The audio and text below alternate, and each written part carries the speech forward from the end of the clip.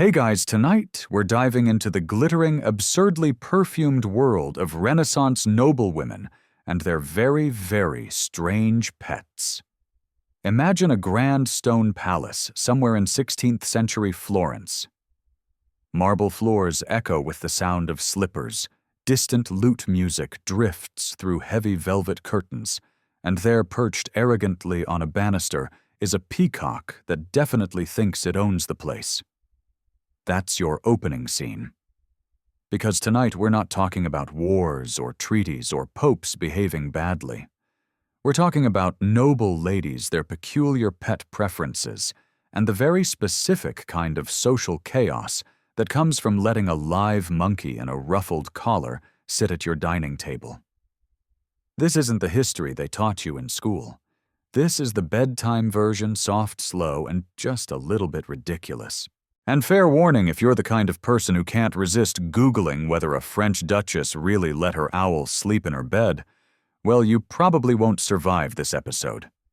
So before you get comfortable, take a moment to like the video and subscribe, but only if you genuinely enjoy what I do here. And hey, post your location and local time in the comments. I love seeing where you're all listening from. Now dim the lights, maybe turn on a fan for that soft background hum, and let's ease into tonight's journey together. You step into a grand hall somewhere between candlelight and incense. The tapestries are stitched with allegories and questionable Renaissance proportions. But your eyes go straight to the feathered royal strutting like it owns the place, a peacock, not just any bird. This one has a name, something utterly noble and unnecessary, like Sebastiano. His tail is flared like he's auditioning for the ceiling of the Sistine Chapel, and he's been trained, if that's the word, to scream at the sight of unfamiliar footwear. Because here's the first truth of the night. Peacocks were more than decor. They were sentries, social alarms, living status symbols, and they were loud. You've never heard a true peacock screech until one's mistaken your lace-trimmed slippers for an Ottoman assassin's boots. It's like a kazoo fell in love with a trumpet and had an existential crisis. Noblewomen didn't just keep peacocks for their beauty, though that was part of it. The iridescent feathers became metaphors for divine beauty and eternal life, especially in Christian art. But in real life, they were more like feathered flexes. Hosting a banquet, put a roasted peacock re-feathered after cooking no less at the center of the table. Don't want to eat it? No worries. Just make it scream at guests you're pretending not to like. Some women even wrote poetry about their birds. A Milanese countess once compared her favorite peacock's feathers to the robes of Saint John. Historians still argue whether she meant it as satire scripture or just a really weird form of flirting. There's even a darker edge to all this. In some courts, peacocks were seen as omens. One noblewoman insisted on keeping 7 in her garden because they were said to scare away evil spirits, which, given their shriek, is honestly kind of plausible. Others believed the birds' cries foretold death. You can imagine the tension during a quiet evening stroll, only to hear that infernal creak from the bushes. Romantic. And then there were the feathers themselves. Hoarded, traded, and occasionally used as currency in the pettiest of aristocratic arguments. One duchess was said to have refused a marriage proposal simply because the suitor's estate couldn't produce a proper peacock feather fan. That's not a metaphor. That's documented petty history. Of course, these birds were not house-trained. There are diary entries, glorious, annoyed diary entries, about peacocks relieving themselves on priceless rugs. One lady-in-waiting wrote that she was ambushed by a tail, as I took soup, which sounds like an aggressive euphemism, but apparently was quite literal. But perhaps the strangest aspect, some noblewomen trained their peacocks to follow them from room to room. Imagine the queen gliding through marble corridors with a screaming, clattering feather monster in tow, like a very pretty, extremely judgmental shadow. Over time, peacock ownership became competitive. You had to have the loudest, the most colorful, or the rarest breed. It's not unlike today's obsession with designer handbags or limited edition sneakers, except your Birkin doesn't scream at the bishop. So as you tuck yourself under the covers, imagine living in a world where your biggest worry is whether your bird looks smug enough at tea, where your enemies are measured by feather length, and where your best defense against gossip might be a pair of beady eyes and a prehistoric screech. And that's just the first pet. You hear it before you see it, a tiny hiccup of a sound, like someone dropping a pearl on marble followed by the unmistakable chitter of mischief. You turn your head and spotted a monkey no bigger than a house cat, clad in a miniature velvet coat and perched atop a golden candelabra like it owns the upper half of the room. His name? Probably something ridiculous like Philibert III or Lord Buttons, because if you're a Renaissance noblewoman and you're going to own a monkey, you may as well go all in. Monkeys were the ultimate icebreakers. A well-dressed simian could do what no diplomat could turn awkward silences into uproarious giggles. These weren't the kind of monkeys you find flinging things at zoo visitors. These were small, often imported from Africa or South America through growing trade routes, and specially chosen for their cuteness, their expressive eyes, and their, shall we say, performative tendencies. If the peacock was a fashion show, the monkey was dinner theater. You'd invite guests into your salon, offer them sugared almonds or candied rose petals, and then, with a wave of your lace hand, introduce your monkey, wearing matching colors to your gown, of course. The monkey might curtsy or pretend to sip wine or scramble over to a particularly flustered nobleman and attempt to steal his powdered wig. All in a night's amusement. But don't be fooled. These creatures weren't just toys. In portraits, monkeys often stood in for ideas, curiosity, mischief, or even man's baser instincts. One noblewoman had a painting commissioned where she was serenely reading a book while her monkey was in the background, trying to dismantle a clock. Art historians still argue whether that was a jab at her husband's punctuality or a commentary on time's unraveling grip. The care and keeping of a monkey was no small feat. They required warm rooms, specialized diets, and constant entertainment. Some ladies hired dedicated monkey tenders. Think about that. A grown man whose sole job was to amuse a furry gremlin who could undo your corset laces if you weren't watching. But the monkeys also acted as status symbols in a far more exotic sense. The very act of owning one was a declaration: I have connections, I have coin, I have no regard for practical furniture. These animals came from faraway colonies and ports, meaning you had to know the right merchant or sea captain to even get your lace-mittened hands on one. And of course, no monkey went undressed. Tailors specializing in animal apparel. Yes, those existed crafted tiny velvet jackets with silver trim feathered hats for formal events, and even bespoke booties to prevent scratches on hardwood floors. Somewhere out there was a noblewoman matching her monkey's outfit for portrait day. That painting is probably in a museum confusing school children right now. One Florentine diary tells of a monkey named Giacomo who ruined a banquet by tossing olives into the soup tureen and then peeing on the dessert. The lady of the house reportedly laughed until she cried. Her rival, who had brought a parrot, left in a huff. Pet diplomacy was very real. Monkeys were also surprisingly political. Gifting a monkey was a serious gesture. It said, "I trust you with chaos," which honestly is one of the most intimate compliments you could give someone in 1550. One Medici princess received a monkey from a Spanish ambassador, which kicked off an exchange of letters spices and eventually rumors of a secret betrothal. There were darker sides, too. Some clergy warned that monkeys were symbols of vanity or even demonic mischief. One bishop reportedly fainted when a monkey stole his hat during Vespers. It's hard to say if the monkey was making a theological statement, but we like to think he was. And still, they endured. They became familiar features in noble households, appearing in letters, paintings, and whispered gossip. They climbed bookshelves, ate ribbon, and occasionally got very drunk on forgotten goblets of mead. Yes, that's documented. At least 3 Renaissance monkeys are known to have had alcohol incidents. But here's the real kicker. They weren't just for the ladies.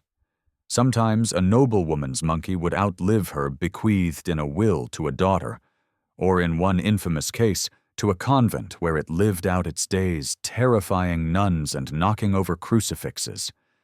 So now as you lie there, listening to the faint whir of your fan and the rhythm of your breath, picture this: a flickering fireplace, a velvet chair, and a monkey in brocade pajamas curled up on a lady's lap like a chaotic, mildly judgmental cat. A living joke, a trend, a statement, a little ambassador of strangeness in a world that adored the unusual. And we're just getting started. You open a heavy door expecting perhaps a waiting maid or another bored duchess nibbling candied almonds. Instead, there's a dog on a pillow on a chair at the table wearing a necklace. A real necklace, with pearls. You blink. The dog blinks back. Somehow you know she outranks you. Lapdogs, the tiny tyrants of Renaissance drawing rooms. If monkeys were the jester lovers and peacocks, the feathery PR team lapdogs were family. Sort of.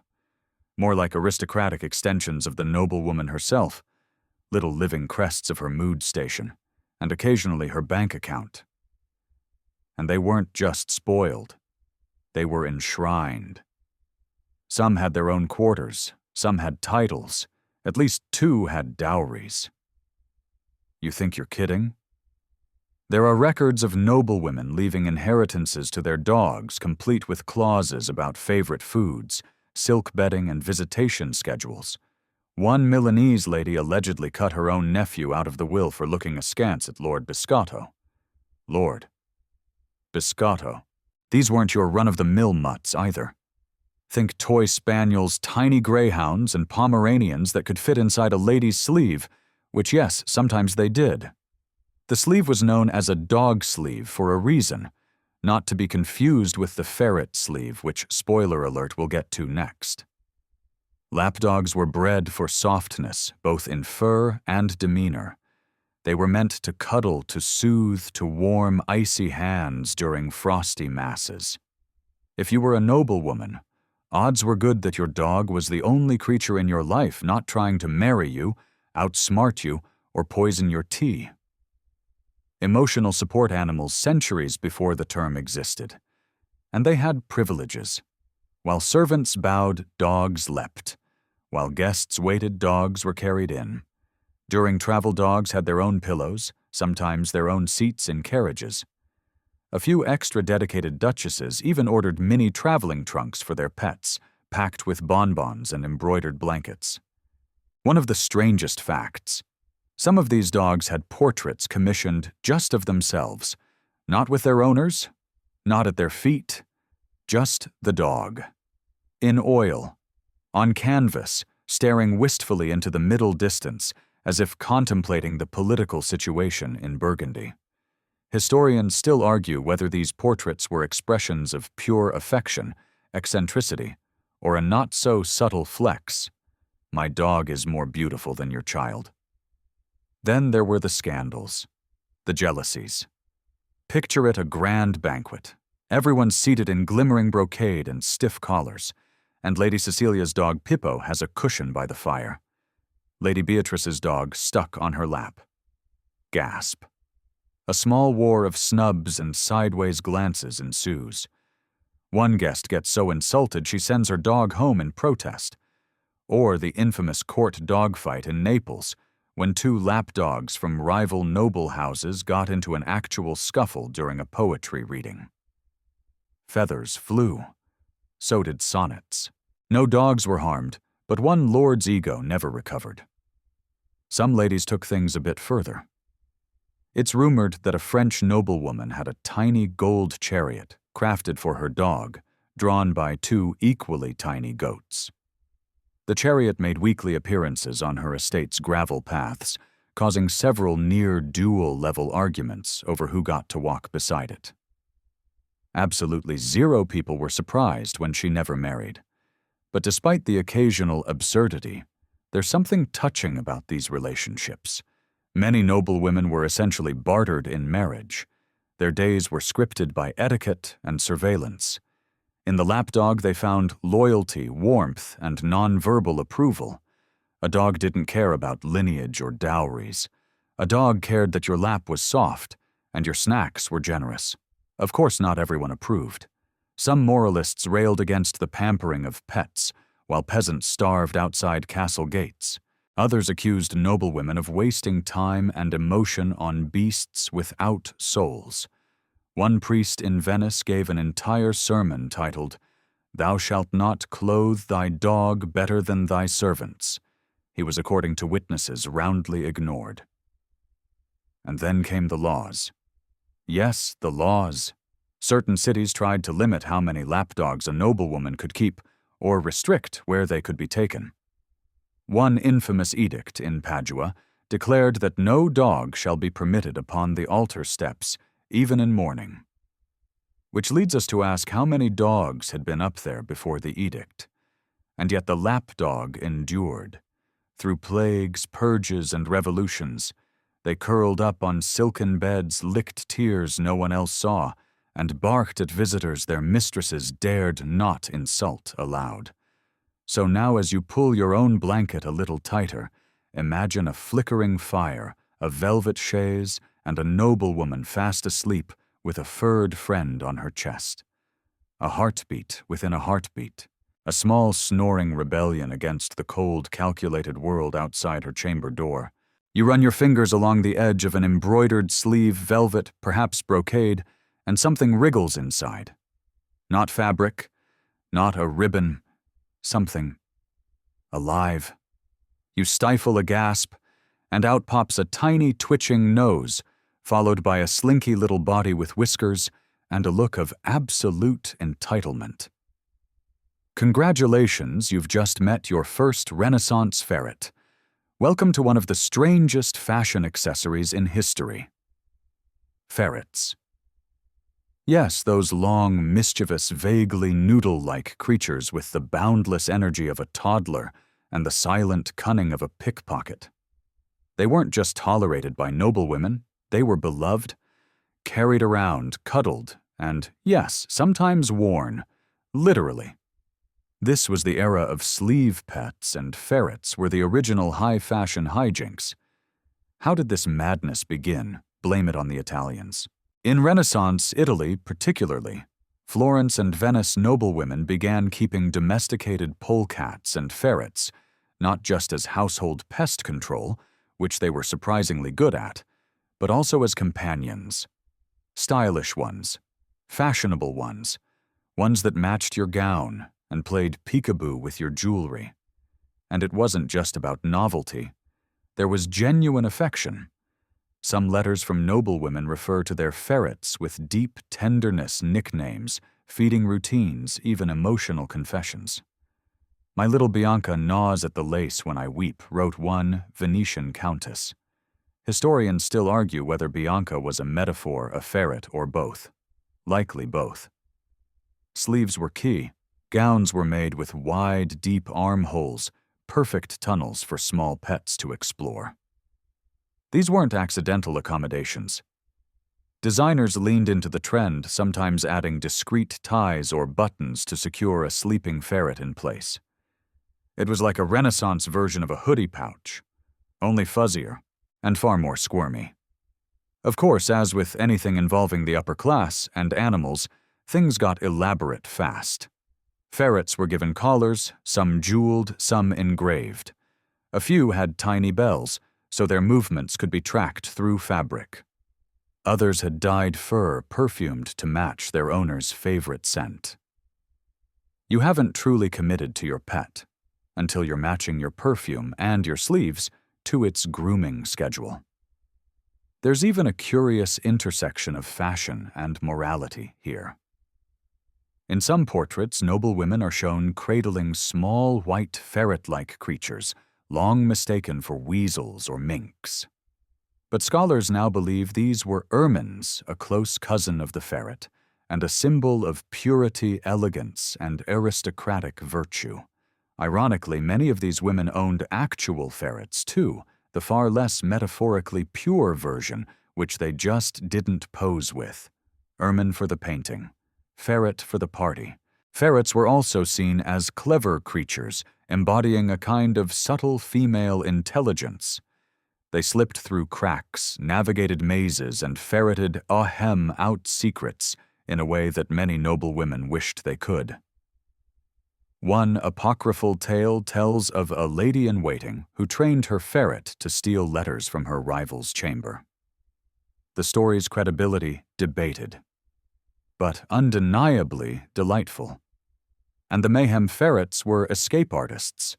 You could be hosting a salon one moment and the next hear a scream as Lady Alessandra's prized ferret burst from a fireplace, dragging someone's lace glove in triumph. There were reports of ferrets disrupting mass hiding in confessionals and once allegedly biting a portrait of the Pope. The animal survived. The portrait did not. Despite the chaos, there were clear boundaries. Not all guests appreciated finding a small predator tangled in their skirts. Some cities issued quiet bans on bringing armhole beasts to official functions. There's even record of a Venetian ball where the invitation politely but firmly stated, "No ferrets beyond the foyer." Still, many women ignored the rules. To them, the ferret was a symbol of control, a pet that could slither through the world unnoticed, untamed, but always loyal. Plus, it was cute. Ferrets sleep up to 18 hours a day and often curl into impossibly perfect coils. Tucked into a sleeve, they offered a strange kind of emotional ballast, something warm and alive nestled against the skin just under the armor of fashion. One lady wrote in her diary that she whispered her secrets to her ferret because he does not speak, but he listens better than my priest. That alone should tell you everything. And unlike parrots, monkeys, or peacocks, ferrets didn't demand a scene. They were the scene, a quiet rebellion in a world of formalities and orchestrated femininity. They could be hidden or revealed, held close or unleashed, a fashion accessory with a pulse and very sharp teeth. So now, as you curl deeper into your blankets, imagine that subtle weight on your arm, the gentle rustle of fur against velvet, a pair of tiny, curious eyes peeking out of your sleeve as if to say, "Is the world ready for me yet? Probably not." But it didn't stop them then, and it won't stop your dreams now. You walk into a sun-drenched chamber filled with soft murmurs and the clinking of teacups. The air is thick with lavender beeswax and the undercurrent of secrets. You'd think the ladies in here were simply discussing fabrics or a new poet, but your eye is drawn to the row of ornate cages lining the windows. Within them, songbirds, delicate nightingales, goldfinches, canaries, each one chirping its tiny heart out, like it's auditioning for Renaissance Idol. But make no mistake, these weren't just for ambiance. In the echoing silence of palace life, where gossip flowed like wine and secrets fluttered faster than fans, songbirds were the Renaissance noblewoman's covert companions. Pet ornament, emotional sponge, and occasionally trusted witness. Or accomplice. First, the obvious birds are lovely. Their songs could break the monotony of long afternoons, their flutterings added motion to otherwise still salons, and their plumage provided endless inspiration for embroidery. It was fashionable to keep a bird that matched your drapes, or better yet, your mood. One duchess famously swapped out her songbird cage every month to match the dominant astrological sign. Sagittarius season only fire-colored feathers allowed. But the role of birds went deeper than decorative. Ladies often held private conversations near their cages, trusting that the only eavesdropper was winged and beaky. Some swore birds could recognize tone and react to stress or sadness with different songs. And in a world where letters could be intercepted and servants had ears everywhere, a songbird became the ultimate soundproofing device, emotional white noise. Cheap, cheap, what rivalry. Now imagine the salons. Dozens of women gathered for music poetry or court gossip. Among them, birds in gilded cages sang as women leaned close, exchanged glances, and let half-truths dangle mid-air like notes on a lute string. It was a performance, and the birds were part of the cast. One Venetian noblewoman had over 30 cages hanging from her ceiling, arranged in constellations. Each bird represented a member of her extended family. When she was displeased with someone, she'd cover the bird's cage in black silk. Passive-aggressive? Yes. Effective? Also yes, and these birds weren't cheap. Some were imported from far-flung corners of the world. North Africa, the Ottoman Empire, even the Canary Islands, which, yes, are named for dogs, but never mind that irony. Rare breeds commanded high prices, especially those trained to mimic speech or melodies.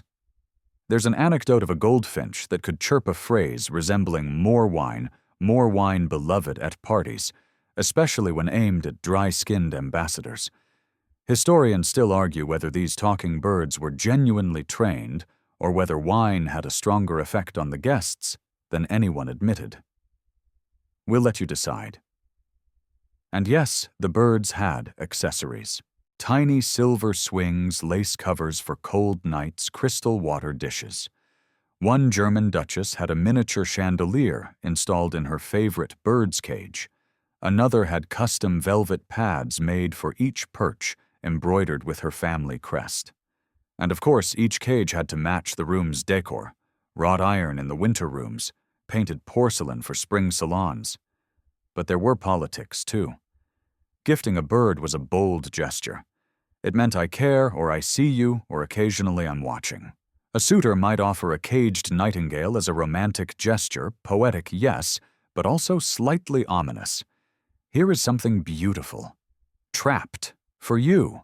Not creepy at all. And birds had moods. Some were known to sing only for certain people, which led to scandals.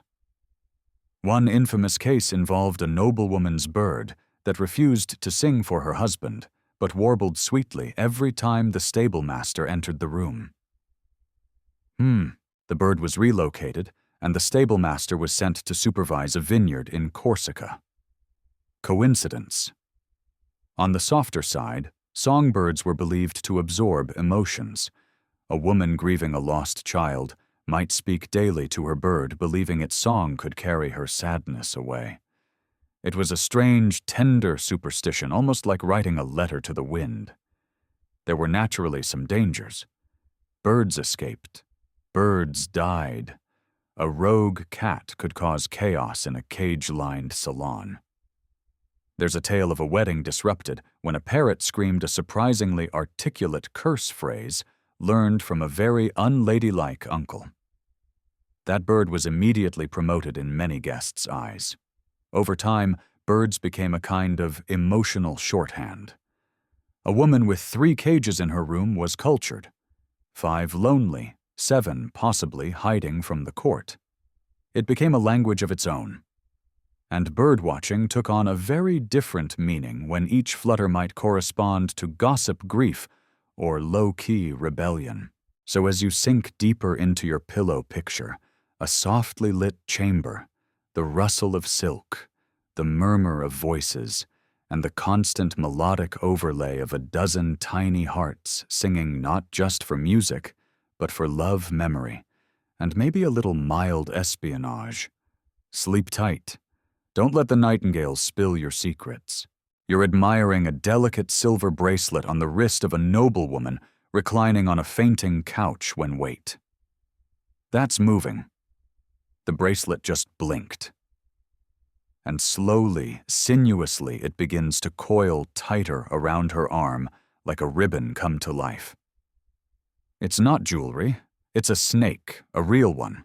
alive, chilled to the touch, and apparently enjoying its position as the evening's most controversial accessory. Yes, Renaissance noblewomen sometimes wore live snakes as fashion statements. Let that slither into your brain for a moment. Now you might be thinking, who thought this was a good idea? And the answer is quite a few fashionable, daring, sometimes a little bit chaotic noblewomen who enjoyed turning heads and stomachs at court.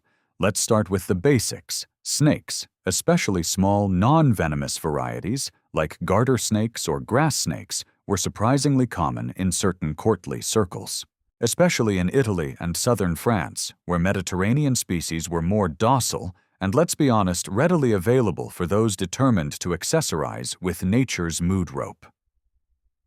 The appeal was partly exoticism.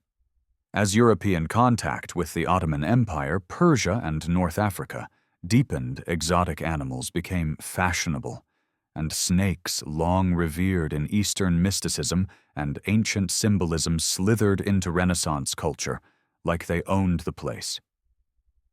To wear a live snake was to say, I'm not like other noblewomen. You were cultured, mysterious, just the right amount of dangerous. And you didn't mind the occasional hiss. Some women coiled snakes around their arms, letting them wrap gently around wrists like bracelets. Others, in what can only be described as a bold choice, tucked them into their bodices. There's even a tale of a Borgia cousin who showed up to a masked ball with a snake winding through her elaborate hairdo.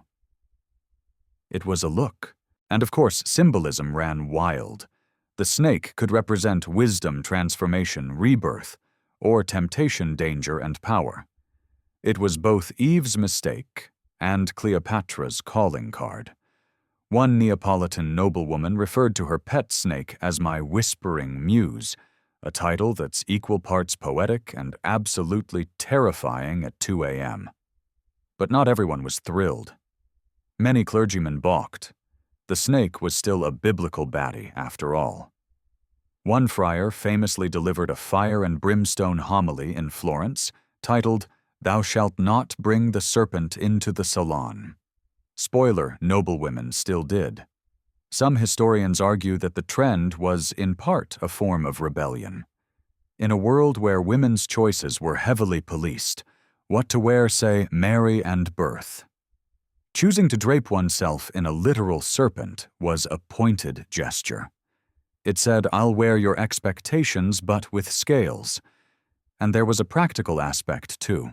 In certain parts of Italy, snakes were believed to protect against bad spirits and illness. Folk medicine even suggested that their presence near the skin could balance the body's humors, whatever those were supposed to be, on a Tuesday. One diary entry reads, "The Lady Seraphina wears her serpent for health, though it did once frighten a bishop so badly he dropped his mitre into the duck pond." Not all snakes were allowed indoors, though. The line between edgy fashion and full-on disruption was thin. Pet snakes who got too adventurous or simply too long were banned from court events. One hostess included in her wedding invitation, "With joy we welcome all save your wriggling guests. No serpents in satin." Still, snake ownership remained surprisingly common among the avant-garde.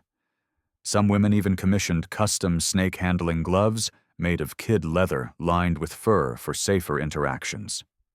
Because of course they did. Why hold a snake like a peasant when you could do it in haute couture? And here's the truly absurd detail: a few noblewomen staged snake duels. Not between snakes, mind you, but between each other's pets, essentially competitions of length, calmness, and fashionable flair. Points were awarded for pattern grace of movement and how tastefully the snake matched its owner's gown. Historians still argue whether these duels were formalized or just eccentric flexes during dinner. Either way, someone probably lost a hairpin. If the thought of snakes still gives you the willies, take some comfort in knowing not all were kept as wearable pets. Some were housed in small glass terrariums admired from a distance. One Venetian widow kept a snake named Claudia in a gold-trimmed box and swore the creature helped her write poetry. Was the poetry good? Hard to say. but she published 2 volumes. Claudia is not credited, though we feel she should be. And not to be outdone by monkeys in brocade, some snakes had their own accessories: tiny gold chains, engraved feeding dishes, even embroidered cushions. You haven't lived until you've seen a snake lounging on a pillow next to a bored duchess playing the lute.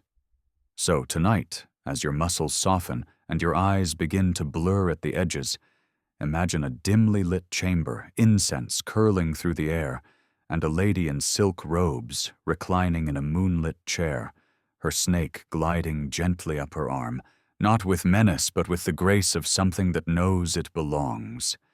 Sweet dreams. Just maybe check your sleeves. You've just passed a hallway full of dramatic portraits and suspiciously quiet corridors when you step into a garden-facing solarium. The scent here is green, fresh herbs, lemon balm, rosemary, and something earthy.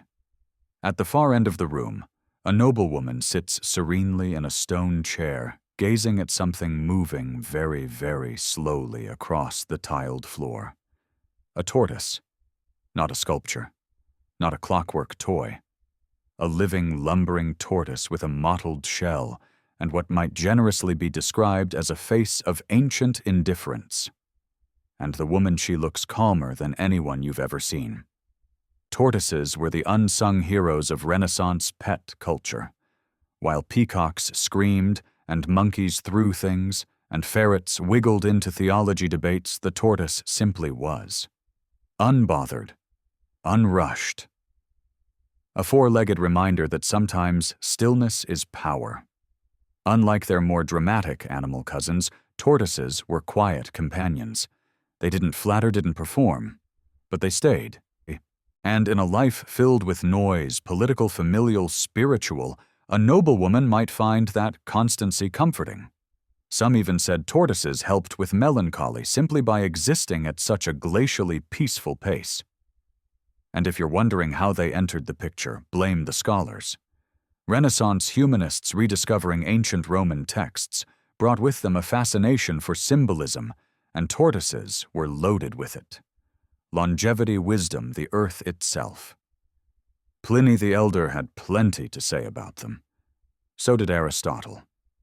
And when a woman was educated enough to read those things, or at least quote them at dinners, what better way to prove your point than by owning the footnote? Some noblewomen kept tortoises in garden courtyards, letting them roam among herbs and sunspots. Others gave them indoor habitats complete with tiled mazes for leisurely exploration and painted name plaques. One duchess commissioned a mural of her tortoise's journey across a salon floor, lovingly titled Giovanni's Pilgrimage. Giovanni, by the way, made it exactly 4 meters in 8 hours. But these pets weren't just living paperweights. Tortoises became part of a larger philosophy of temperance and reflection. A noblewoman who kept one might be signaling her own quiet resistance to courtly frenzy. In an age of speed, or what they called speed, she chose stillness. Her pet didn't bark, bite, or gossip.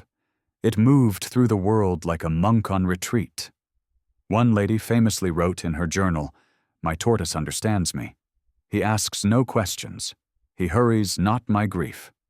Historians still argue whether that was heartfelt sincerity or the world's first passive-aggressive diary entry. There was even a trend among some spiritual nobles to include tortoises in meditative rituals. Picture this: incense-burning psalms being whispered and a tortoise slowly ambling through a candle-lit circle. Was it meaningful? Was it weird? Yes. The tortoise also entered fashion. Not alive, thankfully, but as a motif. Gowns embroidered with tortoise shells, jewelry shaped like slow travelers, and even tortoise shell fans, though ironically, many of those were made from actual tortoise shell, which somewhat defeats the vibe of tranquility. Still, the creature became an aesthetic, a lifestyle. Slow is beautiful. And unlike more exotic pets, tortoises could be shared.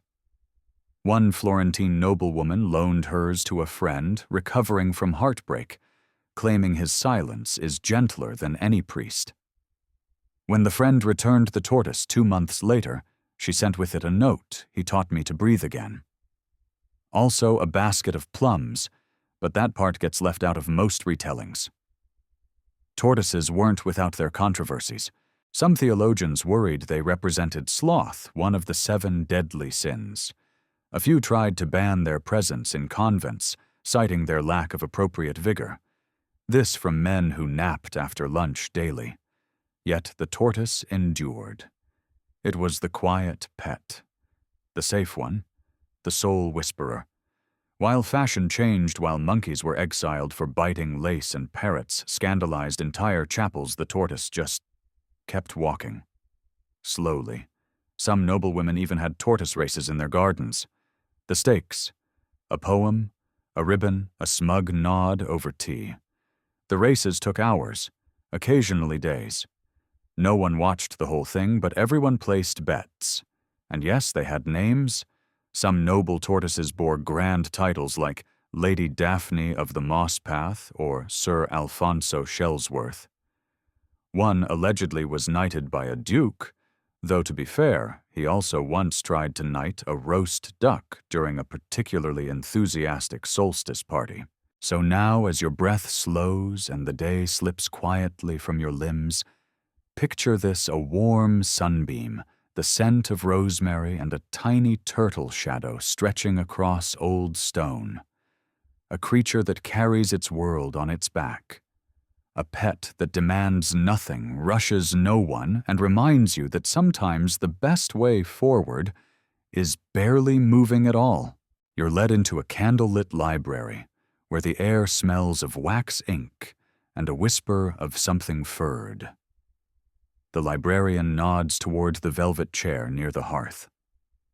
A noblewoman sits there, hand resting gently on a curled black cat sprawled across a volume of Virgil. The cat blinks once, twice, and you swear it's judging you. Probably is. You've stumbled into one of the most complicated, contradictory pet relationships of the Renaissance noblewomen and cats. Oh yes, cats. Soft-footed, aloof, quietly chaotic. They prowled the fringes of noble households like tiny ghosts, worshipped by some, burned by others, and occasionally found dressed in miniature collars with tiny bells that jingled like aristocratic secrets. Cats were, in theory, ideal companions.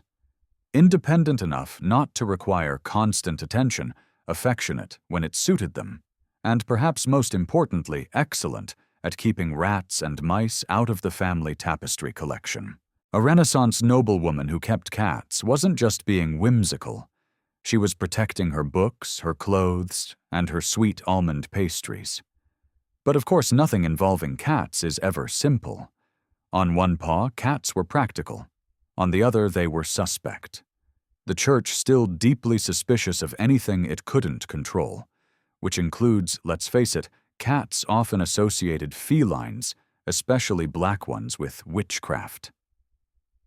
Inquisitors wrote whole chapters warning about the presence of a cat in a woman's chamber.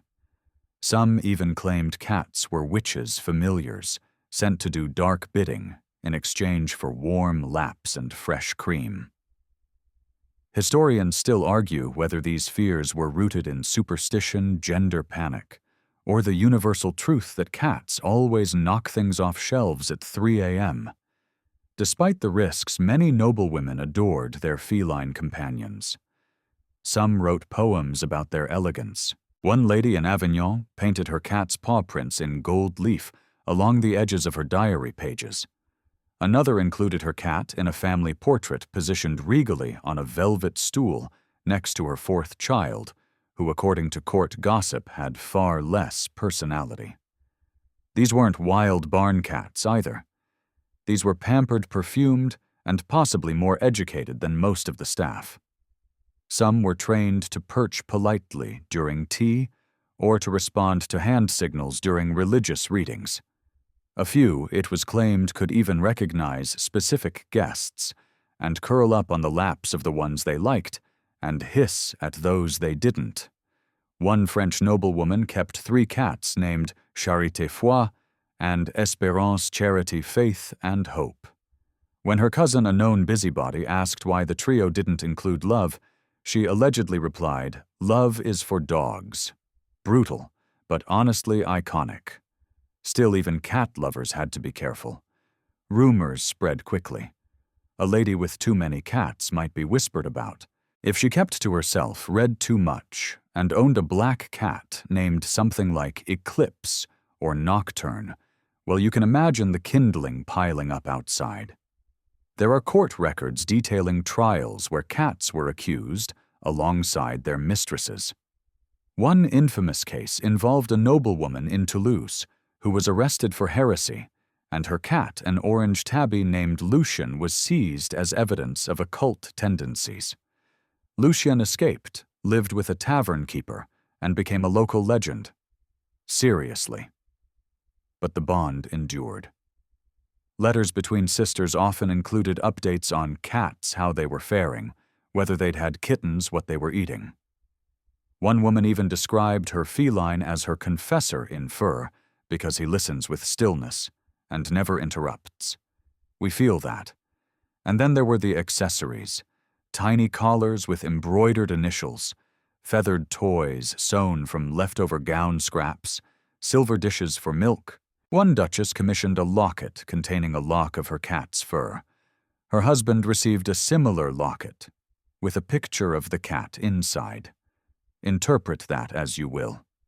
A few enterprising noblewomen even claimed their cats had dreams interpreting their purrs and tail flicks as omens. A twitching paw. Good fortune? A hiss during breakfast. Don't trust the messenger. A cat hiding under the table during the bishop's visit. That's just common sense. Ironically, cats were also associated with virginity and chastity, perhaps because of their aloofness and cleanliness. Paintings often showed noble maidens cradling white cats, symbolizing purity. Of course, this didn't stop those same cats from biting guests and eating quail bones off the banquet floor. Mixed messages, absolutely. But that was the Renaissance. Even amidst their risk, cats found ways to remain in favor. They hid in alcoves during sermons, slept on the warm ledgers of household accounts, prowled the rafters during poetry readings, and when the world became too loud, they curled into soft, purring commas in the margins of women's lives.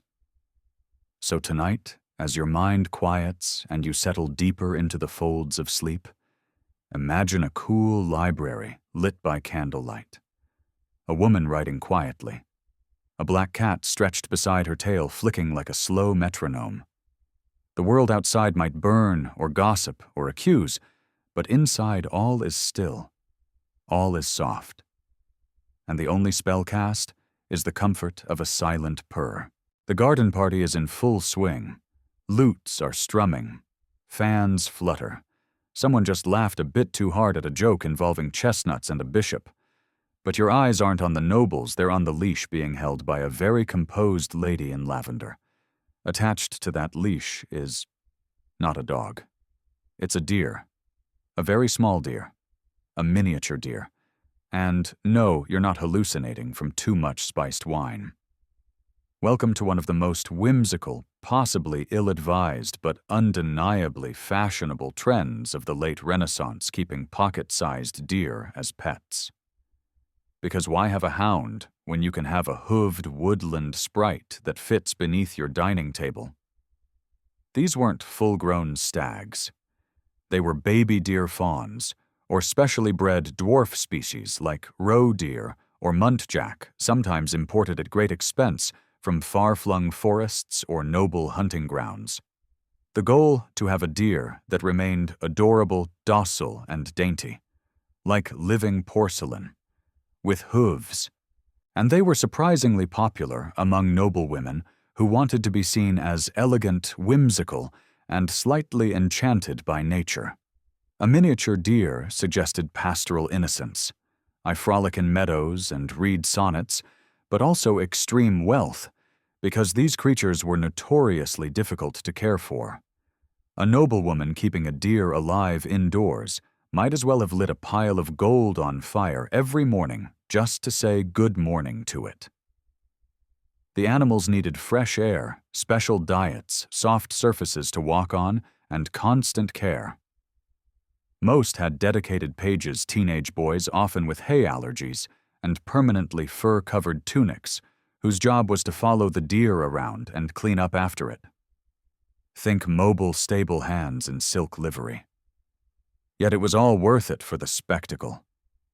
Ladies strolled palace gardens with jeweled leads in hand, their tiny deer trotting behind like the world's fanciest footnote. Sometimes they were adorned with flower garlands, sometimes with delicate bells that jingled musically as they walked. One duchess in Mantua went so far as to coordinate her deer's ribbon color with her own gowns every day for a year. That's not a fashion choice, that's a lifestyle. Deer also appeared in portraits, often curled up on cushions at their mistress's feet, or nosing curiously at her glove. One painting even shows a noblewoman lounging with her deer, resting its head on her lap like an overgrown cat. The vibe is unmistakable. I'm rich, soft, and could probably commune with forest spirits if I wanted to. But as always, there were debates. Some scholars insisted these deer weren't pets at all, but symbols stand-ins for purity, grace, or submission. And yes, the deer had long been associated with Diana, goddess of the hunt, and virginal virtue.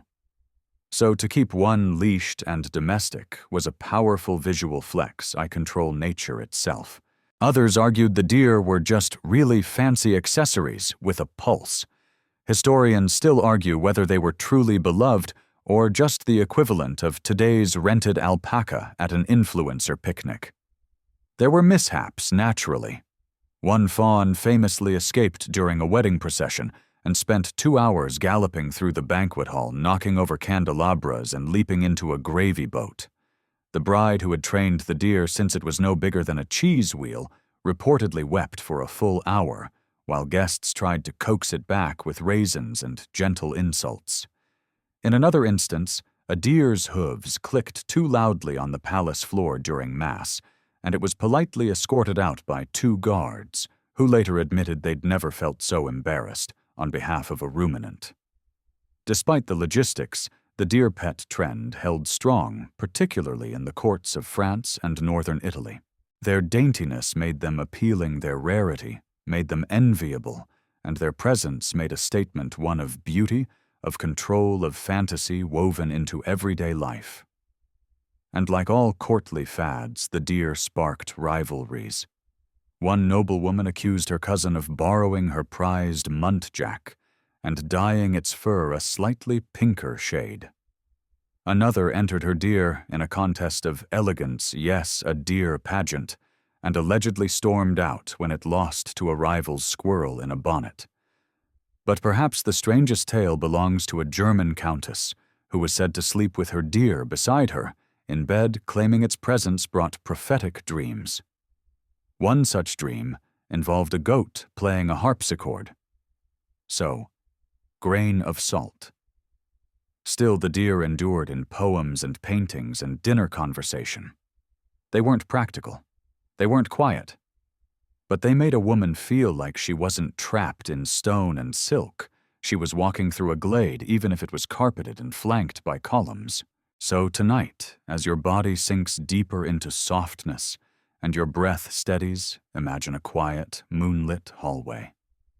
The faint clink of hooves on polished stone, a doe-eyed fawn curled at the foot of a canopy bed, dreaming of leaves and freedom, and a noblewoman smiling in her sleep, one hand resting on velvet fur. You enter a private drawing room where the furniture is miniature, the pillows are silk, and the only sound is the faint, frantic chick-chick-chick of something moving across a table. There, amid a spread of sugared almonds and ivory combs, is a squirrel. Not running, not hiding, just sitting proudly on a velvet cushion, wearing, yes, a jeweled collar. You're now deep into the Renaissance world of pet squirrels, those bright-eyed bundles of chaos that noblewomen adored, despite their refusal to ever even once behave like normal pets. And oh, did they cause drama. Squirrels were surprisingly fashionable pets in 15th and 16th century Europe, especially in France and parts of Germany. Their appeal was obvious. They were small, adorable, dexterous, and had those glorious tails that looked like a courtier's plume during a windy entrance. They also brought a hint of the wild indoors, like taming a gust of wind or a fireworks in fur. The Renaissance brain, ever drawn to symbolism, loved squirrels. They were industrious, clever, and full of nervous energy. Some said they represented foresight and preparation, ideal virtues for a noblewoman managing a household. Others said they symbolized hoarding and selfishness, which made them perfect metaphors for marriage alliances. Historians still argue whether noblewomen embraced squirrels for their charm, their wit, or their tendency to knock over tea trays right as a mother-in-law entered the room. These weren't wild street squirrels, mind you. They were often hand-raised from infancy, sometimes imported from distant forests, and even dyed for aesthetics. Subtle pinks, pale blues, or powdered gold. Yes, powdered gold. A Florentine countess once commissioned a squirrel with its tail gently dusted in crushed pearls for her wedding procession. The groom is not mentioned in records, but the squirrel was apparently unforgettable. And let's talk about the collars. They weren't just decorative. Some were functional, tethered to thin chains to prevent sudden acrobatic leaps into soup bowls or dowager wigs. The collars themselves were often tiny works of art, embroidered bejeweled, engraved with the pet's name, or inscribed with lines of poetry like "Quick of foot, sharper than tongue, my tiny jester never wrong." Yet, despite their elegance, squirrels were absolute agents of chaos. One letter from a duchess to her sister reads, "I adore him, and he has chewed the corner of 5 books and a minister's sleeve. But still he sleeps with me at noon, and nibbles my sadness when I am low." You almost feel bad for the minister. Almost. There are countless records of squirrels interrupting ceremonies, running across banquets, chewing through curtain cords, or once memorably scampering across a map during a diplomatic meeting and knocking over a candle that nearly torched a 10-foot tapestry of the Virgin Mary. The squirrel was unharmed. The tapestry was repurposed as ecclesiastical potpourri. Despite the antics, noblewomen loved them. Some squirrels were taught to retrieve small objects like rings or lace handkerchiefs. Others were simply admired for their absurd determination to climb everything. A lady in Burgundy reportedly taught her squirrel to ring a tiny bell for almonds. Another insisted hers understood Latin.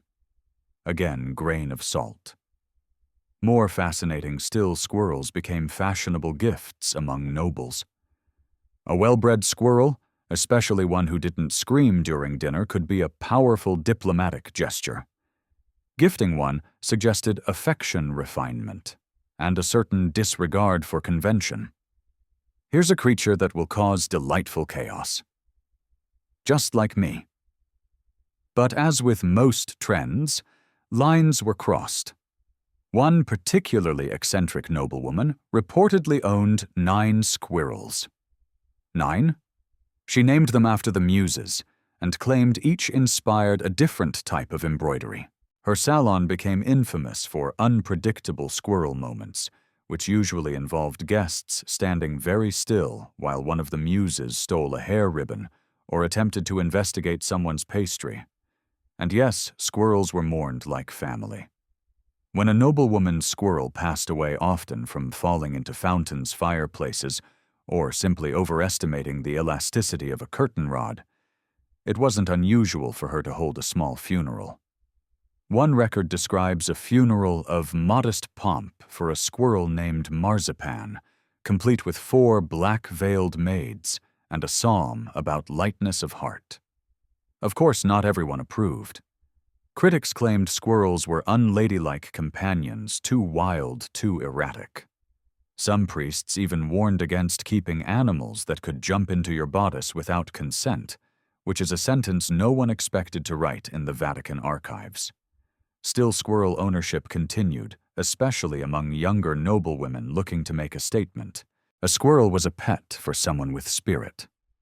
Someone who didn't mind chewed laces or mild social embarrassment. Someone who found joy in mischief and didn't take her court life too seriously.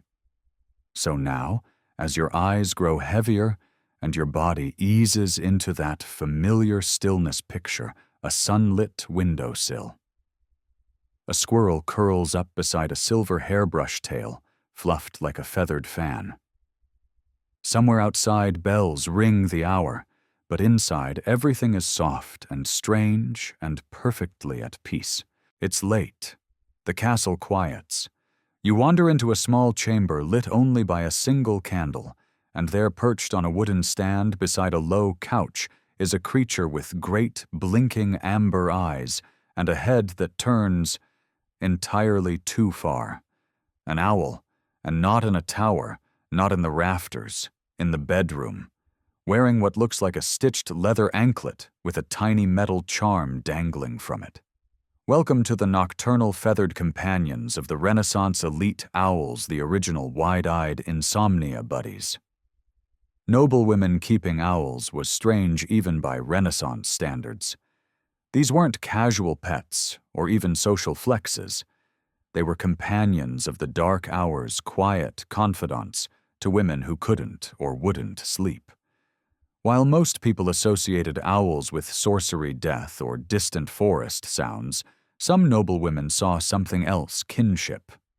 Stillness. Something a little strange and quiet, just like themselves. Now let's be honest, owls aren't easy pets.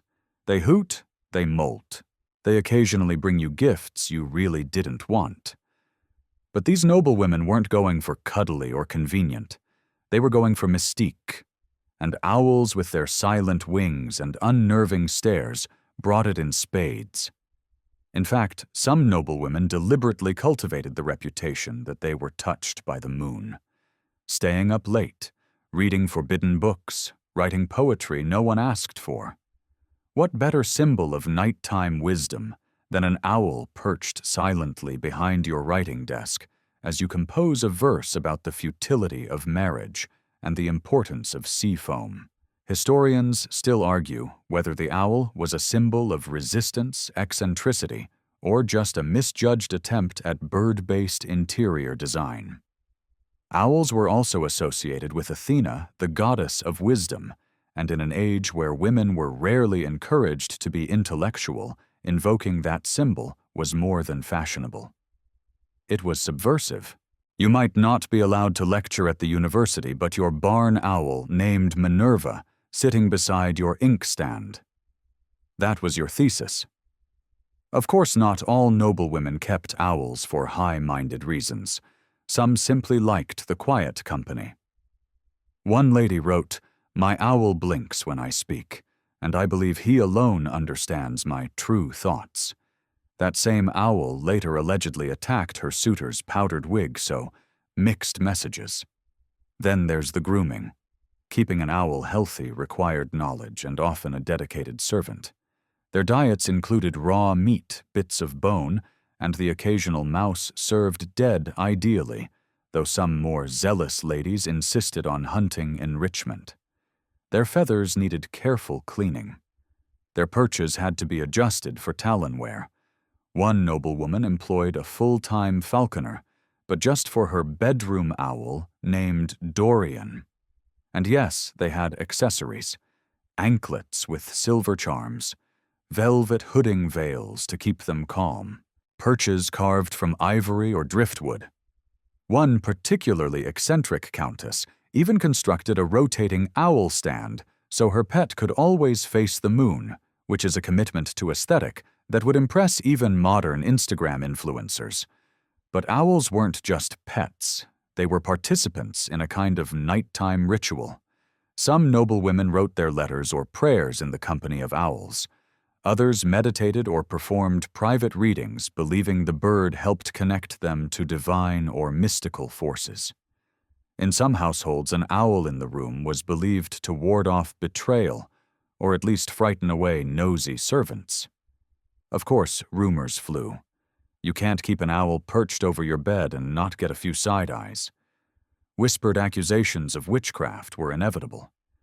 But unlike cats, owls were just rare enough, and just symbolic enough to escape mass suspicion. They hovered on the edge of acceptability, tolerated by virtue of myth and mystery. In one famous case, a noblewoman on trial for suspected sorcery was cleared when her owl, seated quietly on her shoulder throughout the hearing, refused to hoot even once. The judge declared it a sign of innocence, or possibly of very good training. Owls also became literary muses. Some ladies penned poems from their owl's point of view. Others described their owl's nightly judgments of guests or suitors. One wrote, "He tilts his head at Lord Angelo as if to say, 'This one truly.' The owl apparently had taste. And let's not ignore the cozy factor. While not exactly snuggly owls were warm, heavy, grounding. Some women let them perch near their beds, or even nap on thick cushions at their feet. A few swore by the calming effect of the owl's slow blinking and quiet presence, like a living feathery metronome that lulled their nervous thoughts into slower rhythms. So now, as you lie in your own quiet room, eyes half-lidded, heart rate slowing, imagine this, a shadowy chamber, a woman writing by candlelight. The soft rustle of feathers as a tawny owl adjusts on its perch. No words are spoken, none are needed, just the silent agreement between two sleepless creatures sharing the hush of midnight. Let the owl watch over you too. You're guided into a tiled courtyard bathed in late afternoon sun. A fountain gurgles lazily in the corner, and beside it, lounging like royalty on a lily pad-strewn marble slab, is a frog. Yes, a frog.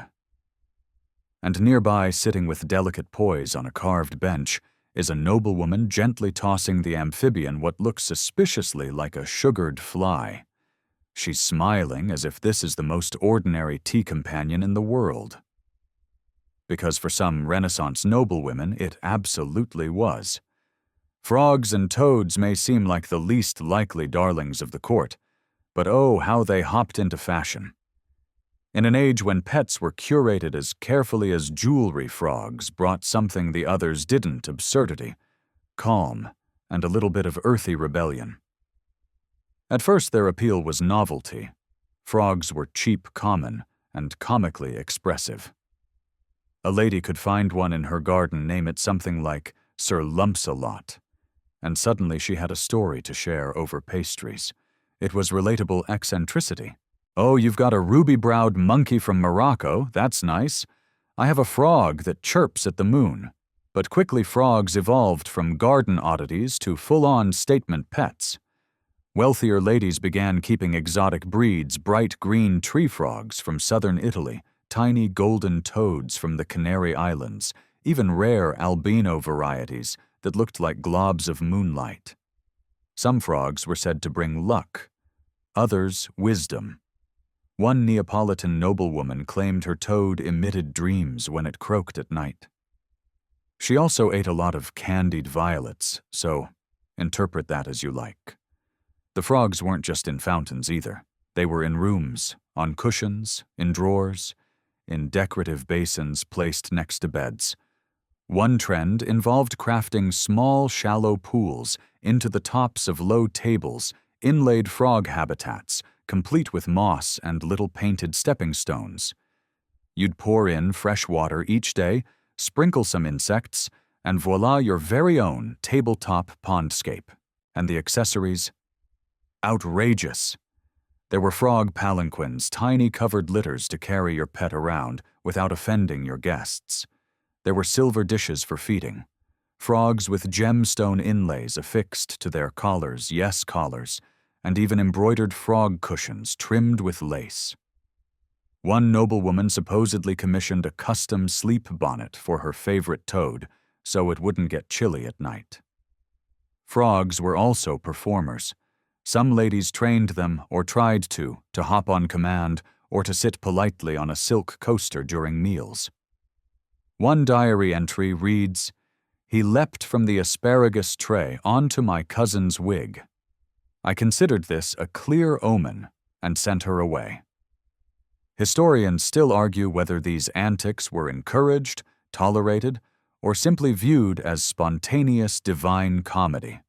And of course, the frogs were named. Always. Often with titles that would make any duchess jealous: Viscount Croakworth, Lady Gwendolen, of the Pond Archbishop Muddlethwack. A few had elaborate backstories. One noblewoman in Milan created a fictional knighthood for her frog, complete with a crest, a motto, "Leap boldly," and a ceremonial spoon throne. But beneath the riveting silliness, frogs carried deeper symbolic weight. In medieval and early Renaissance, folklore frogs were seen as liminal creatures, dwelling in both water and land, living at the edge of transformation. They embodied change, rebirth, unpredictability. To keep a frog was in a way to flirt with that fluidity, especially for noblewomen whose lives were otherwise rigid ceremonial and watched by everyone. Some women saw frogs as mirrors quiet, present utterly uninterested in court politics. They didn't flatter or fetch. They didn't care about fashion. They just existed.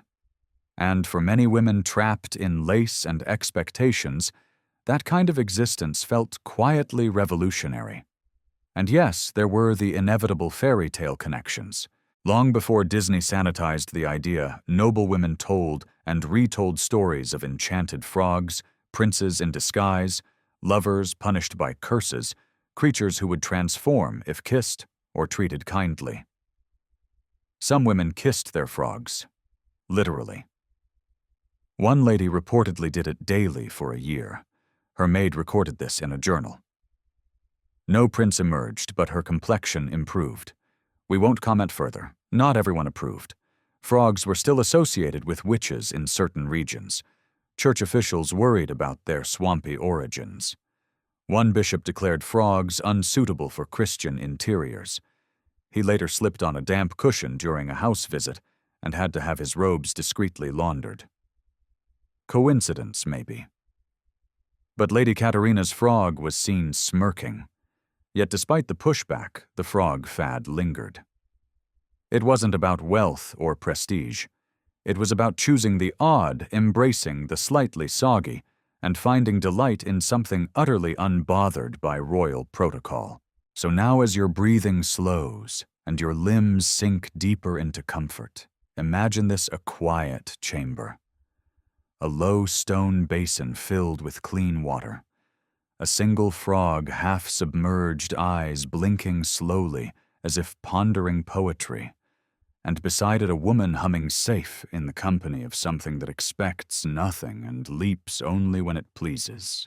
The morning sunlight filters through stained glass windows, casting jewel-toned shapes onto the tiled floor. You follow the sound of clipped, deliberate words, then something squawks, loudly and sassily. A voice echoes through the corridor, unmistakably saying, "He lies. You've just entered a sitting room inhabited by one of the most opinionated, sharp-tongued pets in all of Renaissance high society, a parrot. Brightly feathered, unnervingly perceptive, and often better informed than half the courtiers' parrots weren't just decorative companions. They were loud, living symbols of wit, wealth, and gossip.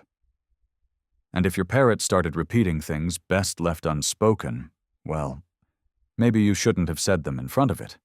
Parrots had long been associated with exotic lands, particularly the New World India and parts of Africa. They arrived in Europe via trade routes, as curiosities, gifts, and trophies. But once noblewomen got a taste of these chatty, color-splashed creatures, they didn't just display them, they invited them into court culture like flamboyant little diplomats. You didn't own a parrot quietly, you featured it. A noblewoman with a parrot on her shoulder or arm could turn heads in any court. Parrots were loud, unpredictable, and startlingly intelligent, three traits rarely encouraged in women at the time, but entirely permissible if performed by a bird. And so the parrot became a proxy able to mock, flirt, or defy without consequence. A noblewoman might sit through a tedious poetry reading deadpan silent until her parrot chirped boring, and who could be offended? It's just the bird. Historians still argue whether parrots were truly trained for courtly sabotage or just good listeners who repeated the most dramatic things they heard. Either way, reputations were made or shredded on the wings of a single misplaced mimicry. One diary entry from a Spanish lady-in-waiting recounts a parrot that loudly repeated the phrase, "He always eats too much every time the Duke entered a room." The lady who owned the parrot insisted it was simply an odd coincidence. She was lying. Everyone knew it. And yet, the parrot lived. Parrots also played a role in diplomacy. Gifting one was a gesture of enormous respect or flattery. A Portuguese ambassador once gifted a noblewoman a green Amazon parrot who could recite prayers in Latin and insult the French in Castilian. It was considered the greatest gift of the season. The French ambassador reportedly left early and grimly, and while most pets were content to perch or snuggle, parrots performed.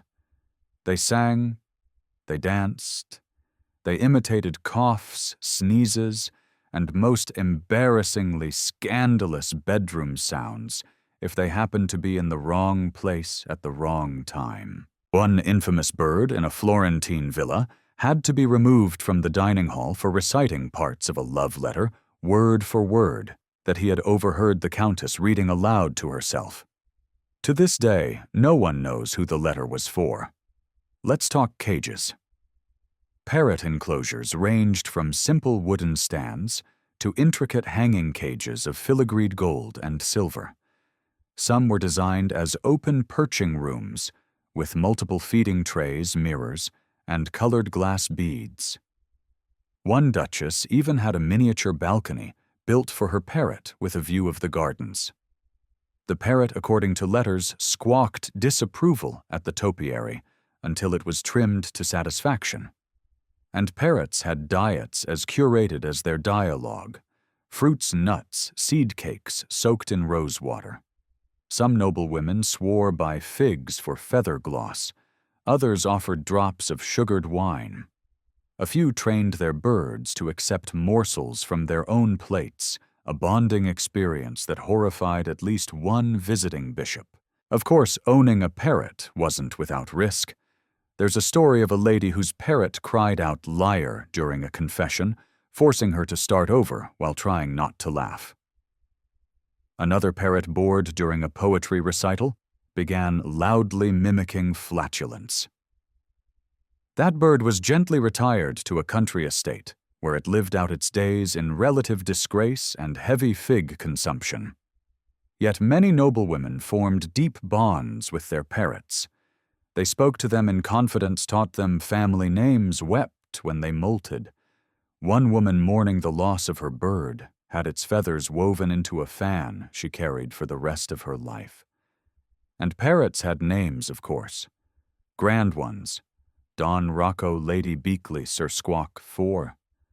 Sometimes the names didn't even sound like names.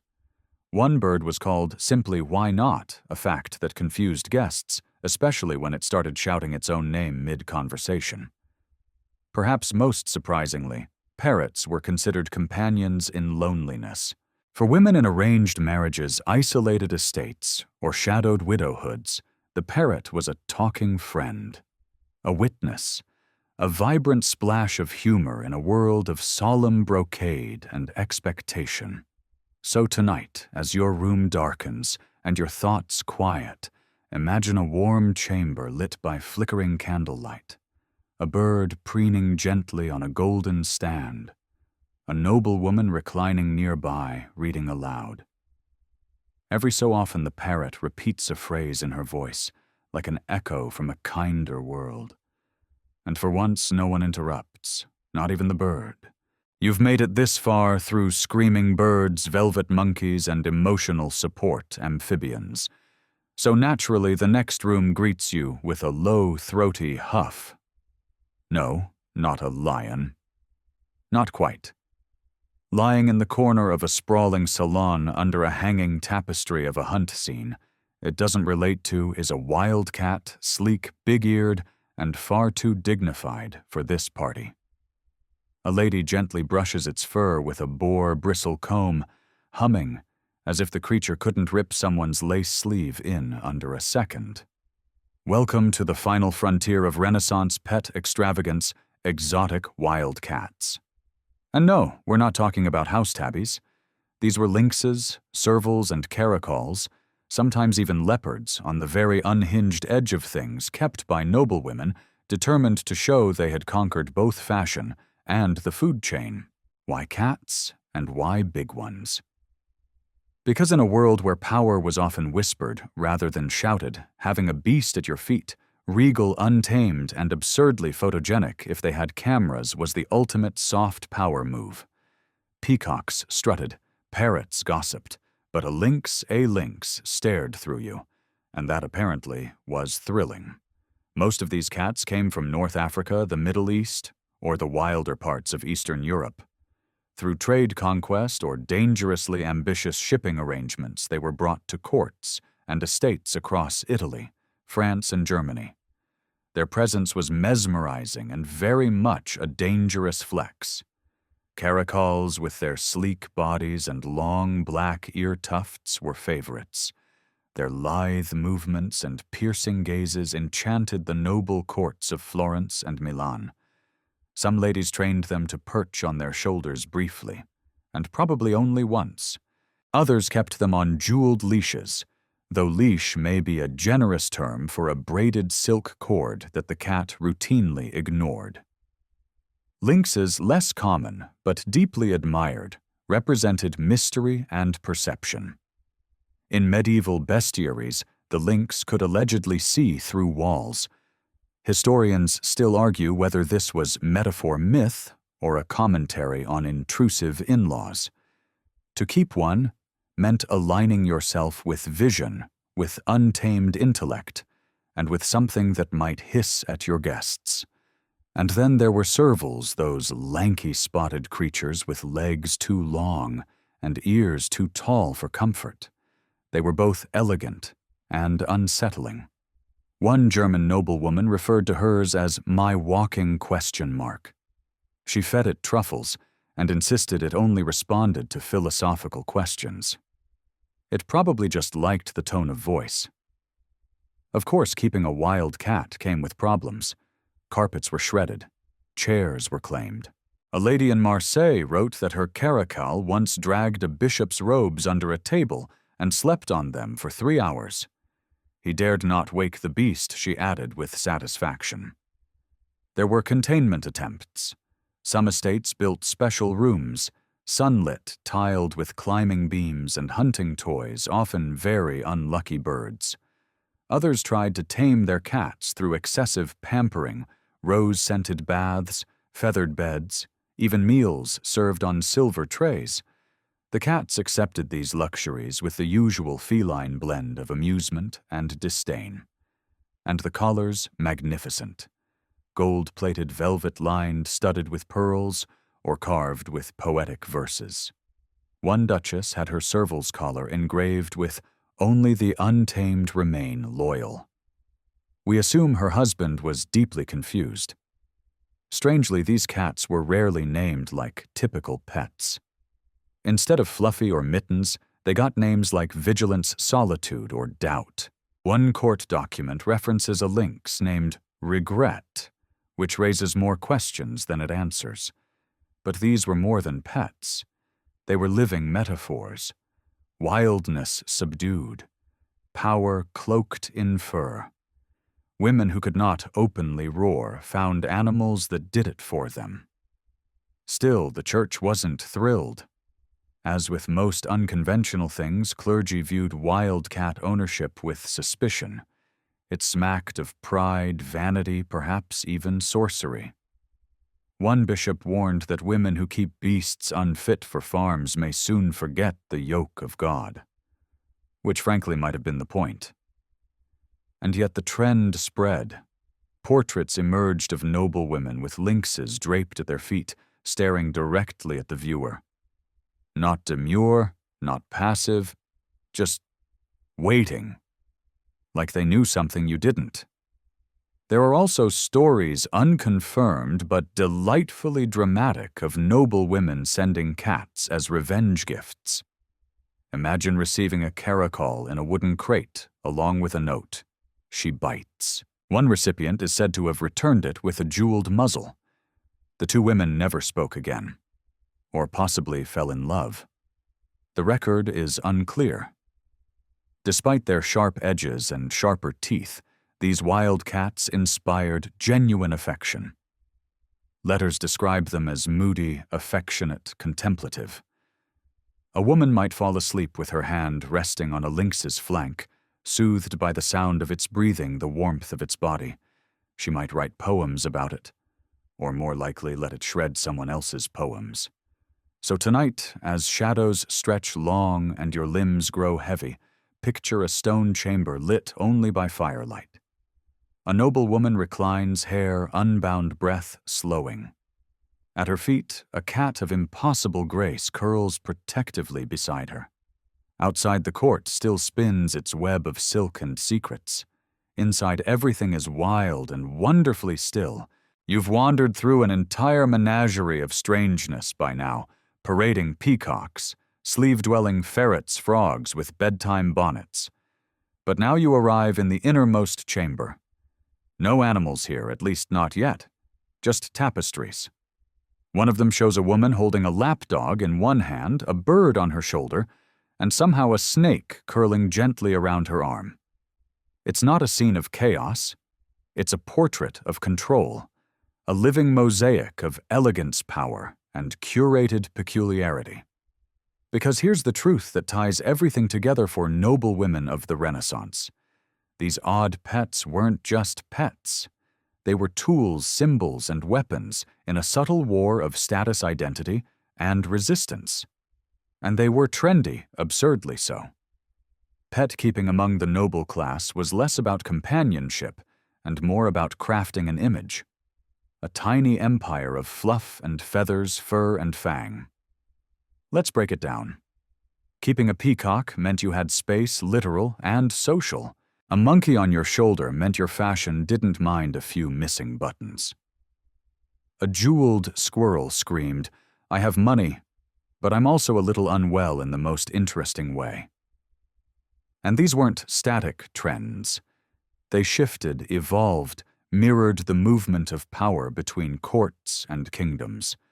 When the French favored parrots, Italians pivoted to cats. When exotic deer were all the rage in Bavaria, someone in Venice started dyeing frogs blue. Everyone wanted the next novelty, the next it creature. One lady allegedly tried to domesticate a hedgehog. She failed. The hedgehog won. But it wasn't only about being seen. For many women, these animals filled emotional spaces left by a world that rarely offered real intimacy. Marriages were arranged. Friendships were competitive. Your words were monitored, your clothes pre-selected, your meals ceremonial. But your parrot, your tortoise, your owl with the heavy-lidded gaze, they listened, or at least didn't contradict. Owning something strange and alive that loved or tolerated you without condition was no small thing. And there was power in the act of pet-keeping itself. Who else could afford to feed a deer rose petals? Who had the staff to clean up after a monkey's tantrum or an owl's midnight snack of unfortunate beetles? Pets became trophies of leisure. To care for one, and care extravagantly, was to declare, "I have time. I have wealth. I have dominion." Some pets even made it into legal documents. Wills were amended to include monkeys and lapdogs. Estates were partially divided to accommodate aviaries or serpentariums. Yes, that's a real word. Portraits were painted, mausoleums constructed. There's even a record of a woman commissioning a ring bearing the image of her dead squirrel to be worn in mourning. And behind the excess, the velvet, the collars, and cushions, there was often a quiet kind of resistance. Women were rarely allowed to speak boldly, but a talking parrot could mock a duke. They couldn't demand space, but a cat claiming your lap during mass that sent a message. And if a woman couldn't scream in her own defense, maybe a peacock could do it for her, loudly, repeatedly. At 3 a.m., historians still argue whether the rise in odd pet-keeping among noblewomen was a symptom of loneliness, a display of eccentricity, or a quietly brilliant social game. Likely, it was all three. A Renaissance noblewoman who surrounded herself with a small army of beasts wasn't simply being whimsical. She was building a world in which she ruled, one she could cuddle, or feed raisins to, or train to whisper Latin prayers at dinner. And this world, it wasn't always confined to bedrooms and salons. Some noblewomen founded entire pet courts events, where animals were shown off, judged, or paraded. Points were awarded for grace grooming, and in one case, philosophical demeanor. That went to a tortoise who stared at a bishop for 3 hours without blinking. These gatherings weren't just frivolous. They were spaces where women could exercise taste control and even diplomacy. You might not be allowed to own land, but you could own the finest talking bird in the province. And you could use that bird to charm insult or disarm, depending on your mood. So now, as your thoughts drift into the gentle unraveling of sleep, picture the final tapestry in that chamber. A woman in brocade stands calmly in a room filled with soft rustling quiet, purring the occasional hoot or chirp or strange lizard blink. She is not queen by blood, but here among creatures no one else dares to understand, she is sovereign. She pets a cat with one hand, steadies a falcon with the other, and doesn't flinch when a monkey swings down and tries to steal her hairpin, because she's trained for this. She is the architect of oddness, the high priestess of feather and fang. And as sleep gently tugs you away, you carry a little of her strange, glittering world with you. Now let it all grow quiet.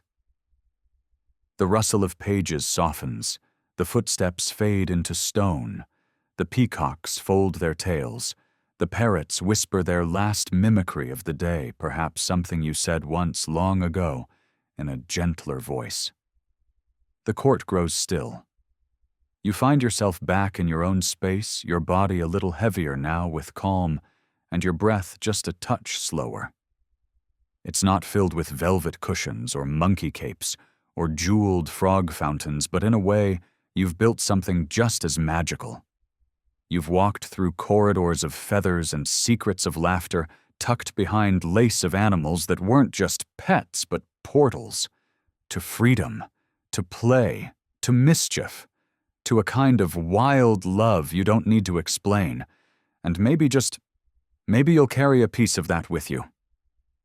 Tomorrow, in how you sip your tea, or how you forgive someone, or how you let yourself be a little eccentric without apology, you've earned it. Now the animals slumber. The owls blink once, then close their golden eyes. Even the squirrels finally stop chewing. And you, dear listener, you can rest now too. You're safe. You're strange in all the right ways. And you're exactly where you should be. Sweet dreams.